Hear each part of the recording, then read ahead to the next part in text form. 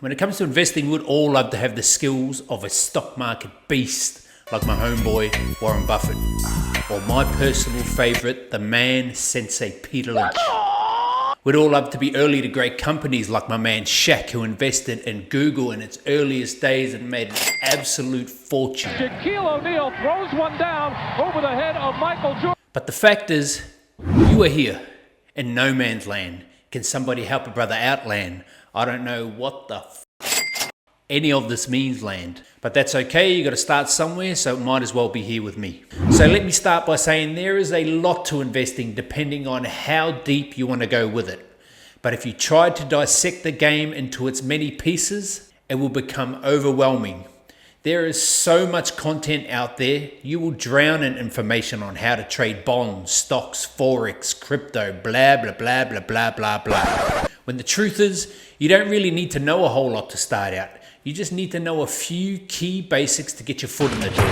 But don't get it twisted, there is a lot of things you need to educate yourself around. But if you say, I'm not going to start till I'm ready, you will get stuck in that shitty little place I call analysis paralysis and not make a move for years. Or worse yet, find excuses never to start. A recent report from the ASX, which is Australia's stock exchange, found that of the 20 million Australian adult population, 10.2 million of these people, or 51%, have their money working in investments outside of their home and their super. So half of the adult population, if they have any savings, either have it stashed under their mattress or in a bank, barely keeping up with inflation. If you're anything like me, you learn best by doing. Learn some key basics, then implement. What I will say is start small. Don't go putting your kid's education fund into a penny stock, for the love of God. Yeah, jackass. I repeat, start small. It's all about keeping it simple and just starting something. In this video, I'll be giving you a rundown on some of the key basic mechanics of the stock market and what you will need to do to execute a trade. I'll also fill you in on one very important thing you need to do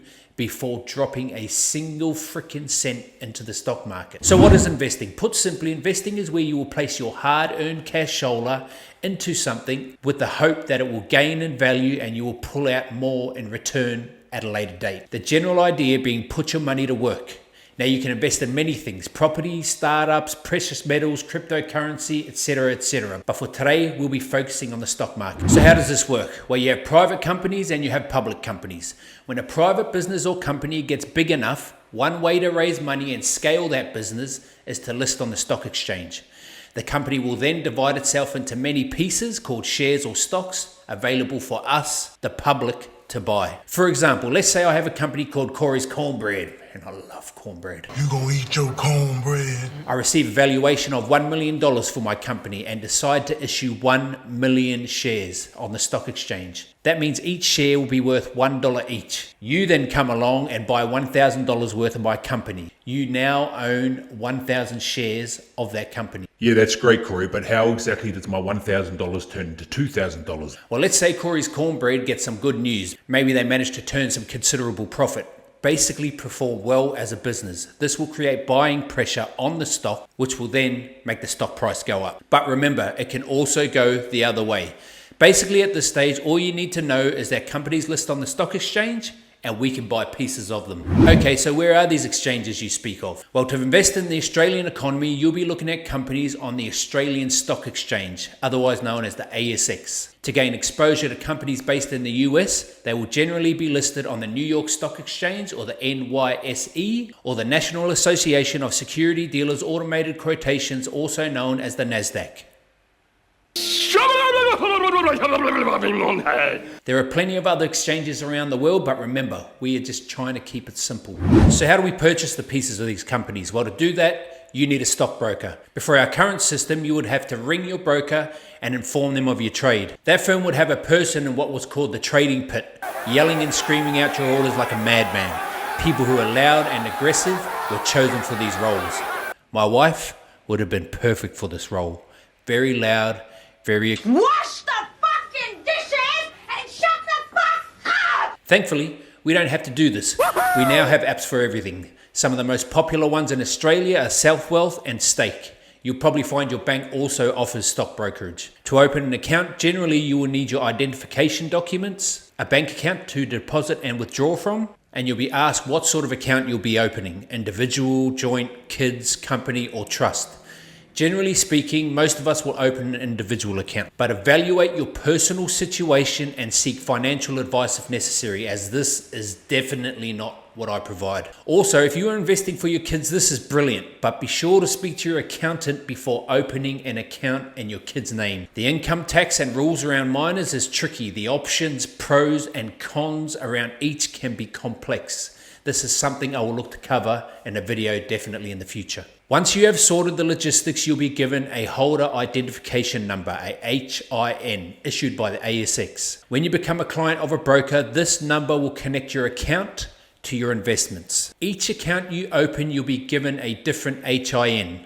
Open 3 different accounts with 3 different brokers, you now have 3 HINs. Remember it, write it down, take a picture, I don't give a fuck. Also, the companies you invest in are identified as a series of letters known as a ticker symbol. For example, Disney is DIS, Tesla is TSLA, and Netflix is NFLX. These are the letters used to identify the companies as you research them or you go to execute a trade. Another thing you will come across that I did not have a clue about when I first started investing is the terms market order and limit order. These are the 2 options you'll be given when you're trying to execute a trade. A market order allows you to buy or sell a stock at its current price, a more immediate way to buy a stock. A limit order is an instruction to buy or sell a stock at a price specified by you. For example, Tesla at the time of shooting was $180 per share. I could set a limit order to buy $1,000 worth of Tesla share at $150 per share.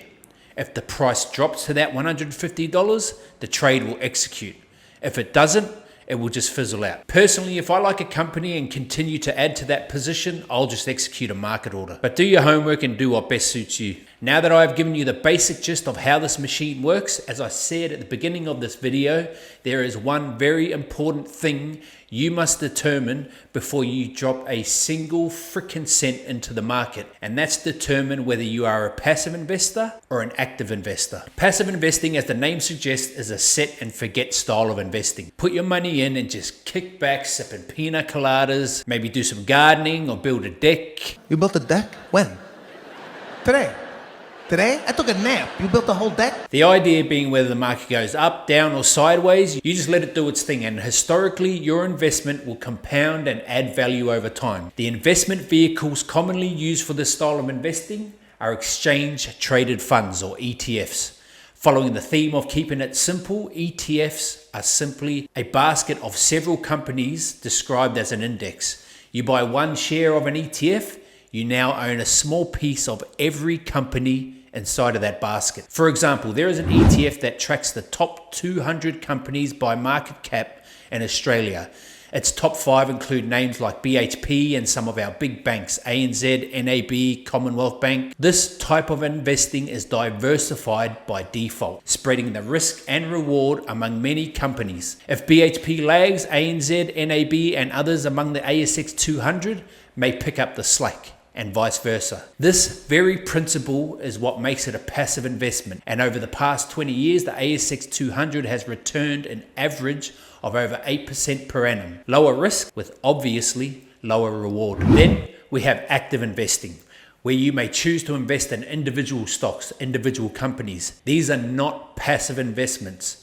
To find a good company to invest in, you'll be looking at things like the advantage they have over their competitors, how much debt they are carrying, what the management team look like, what are their revenue and profits looking like, any changes going on within that company. This keeping your finger on the pulse, let's call it, is what makes it an active investment. Look, you don't have to obsess over it or be calling up Ronald McDonald and ask him how many cheeseburgers he's pumping out this month. But if you invest in a company, you should have a good reason that you're owning it. If something changes not to your liking, you can adjust the investment as you see fit. If you throw your money at a company for no reason, or worse, because Robbo down at the local says she's going up, mate, get in, you are just gambling. I've been a victim of this a few times in the past and I've learnt my lesson. But I am personally geared toward the hybrid approach, a bit of both. I have a chunk of my money invested in ETFs, the more passive style of investing, but I also have a decent chunk invested in companies that excite me. I love learning about companies and how they work, how to read income statements and balance sheets. This has taught me a lot. I'm no expert, but I have enough basic knowledge to be comfortable placing my hard-earned money into a handful of exciting companies I personally think will do well over the coming years. This type of investing can be very rewarding, but remember, higher potential reward means higher the risk of losing your money. Risk and reward is a simple but very important concept. The ASX 200 ETF over the past year at the time of recording has returned just over 6%.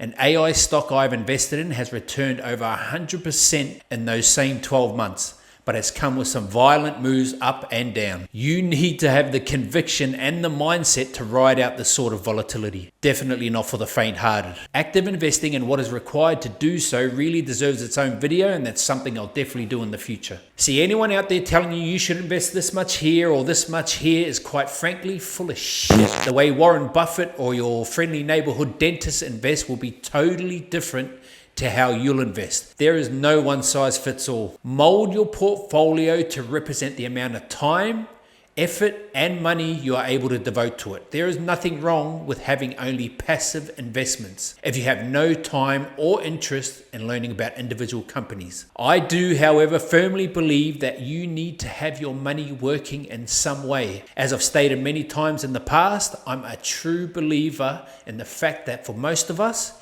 you cannot save your way to wealth. Your money needs to be working while you sleep, compounding year over year. The great man Einstein himself said compound interest is the eighth wonder of the world. He who understands it earns it. He who doesn't pays it. If you've never heard of this concept, man, Google that shit. So in this video, I've touched on some of the mere basics of investing. I've kept it relatively short, sweet, and simple, and I've done that for a reason, so as not to overwhelm. If you've been curious, dip your toes in the water. Like me, you will learn by default. But remember, of all the investing you try throughout your life, the best return you will ever receive is from the investment in yourself. Once you break the ice, educate yourself and figure out what works for you. Remember, start small. Some of you, not all, but some, are probably ex-gamers. You spent countless hours, weeks, months playing PUBG, COD, possibly Fortnite, FIFA, or whatever interests you, and you got good at it. Really good. This whole money, wealth thing is just the game. These so-called investing experts are no better than you or me. They have just been playing a different game in a different arena. It's time to level up. But before you do any of this investing caper, there are some key things you need to get done in-house amongst your personal financial situation first. And if you want to figure out what those are, click on this video right here.